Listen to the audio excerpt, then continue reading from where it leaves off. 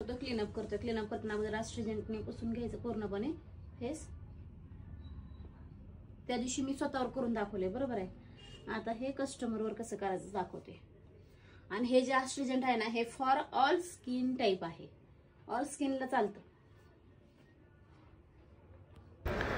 खरं तर आज काम करायची इच्छाच नव्हती, निवांत बसावं असं वाटत होतं, तब्येत ठीक नसल्यामुळं, आणि त्यातून हे क्लायंट आल्यामुळं करावं लागलं. क्लिन्झिंग मिल्क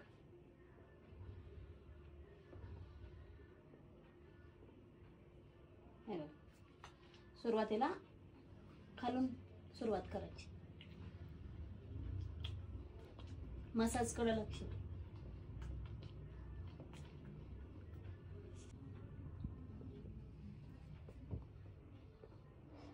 मसाज एकदम व्यवस्थित द्यायचा,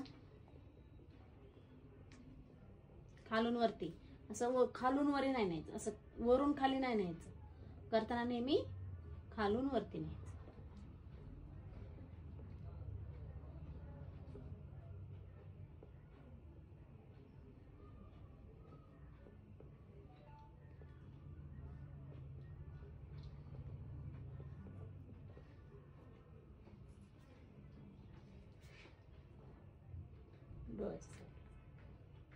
असं डोळ्यावरून व्यवस्थित फिरवायचं.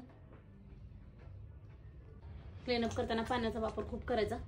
क्लिन्झिंग मिल्क स्क्रब यूज करताना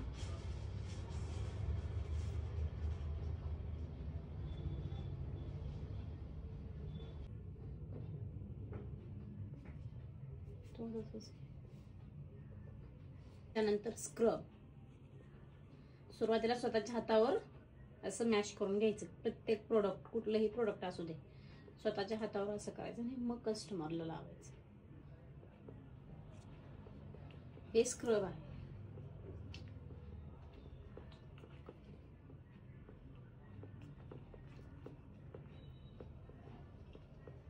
तेच प्रोसेस.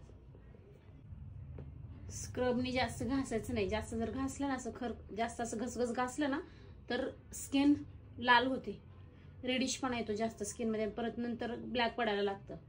म्हणून स्क्रब जास्त घासायचं नाही.